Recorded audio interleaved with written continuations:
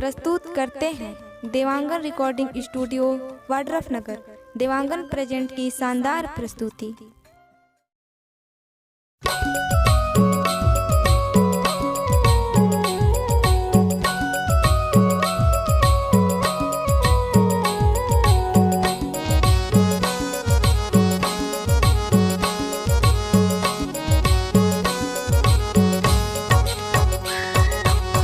आके बिराजे माता गिरवाने गावे दाई गिरवाने गावे गे ए दाई कूदरगढ़ के ले अवतार हो माए। जय हो कूदरगढ़ हिंदाई मोर ए दाई तोरे तो भजन गावे से वही का हो माए।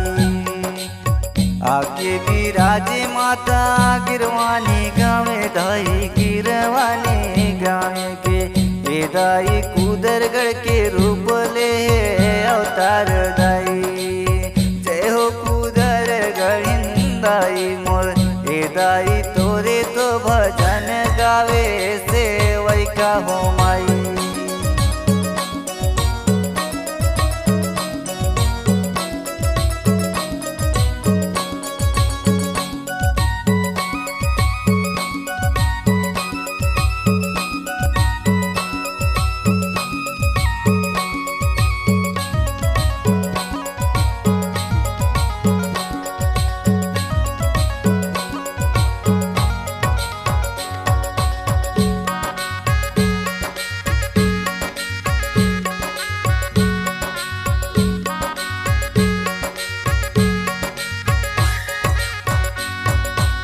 सपना सुंदरी माता या के बताए दाई या के बताएगे ए दाई पूरब खोटे ले अवतार हो माए।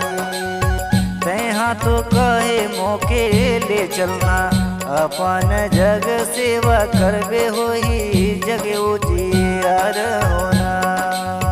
मैं हाँ तो माना करत रहो दाई तो के मैं हाँ मना करगे नहीं मानस चल मोरे घरे तोरे सिवाला मैं करूँ दाई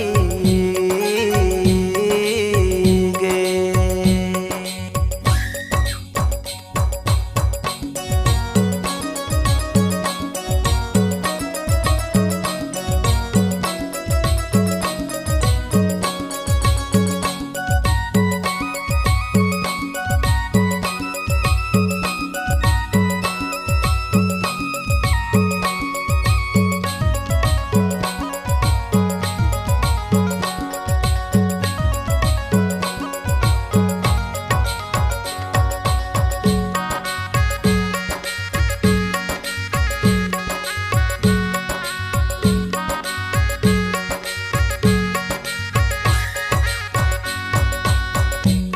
पहाड़े माता या संजा माए दाई या संजा माए गे ए दाई सुन तोरे पूजा पाठ कर ही जग के दुखिया हो दाई।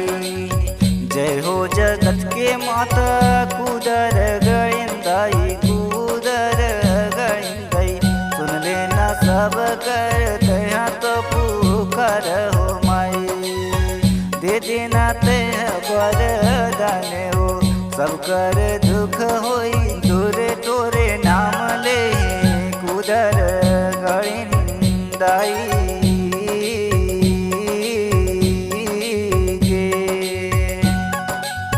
जय हो कूदरगढ़ तोरे सेवा करे दाई तोरे सेवा करेगे सुकुंती हवे तोर पुजारी तो तोर सेवा करत रही दिन राती सुन लेना कूदरगढ़ दाई।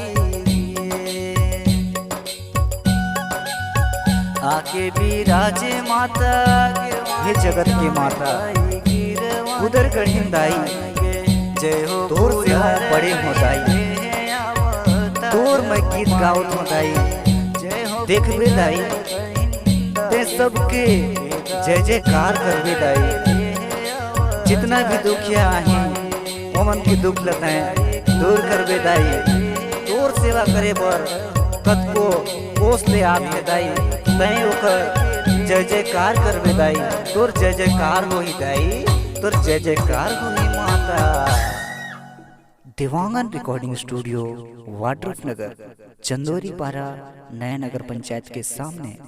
Mobile number 72 25 91 3108।